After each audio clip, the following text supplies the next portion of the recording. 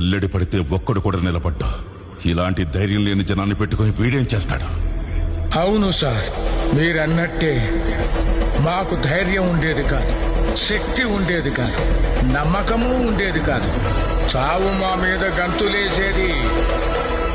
అని ఒకడు అడ్డం నిలబడ్డాడని వాడిని ఖాళీ ముందు తల నరికాడు కదా. ఆ రోజు చాలా సంవత్సరాల తర్వాత చావు మీద మేము గంతులేసాం. మీరు మాత్రం అతనికి అడ్డు నిలబడకండి సార్.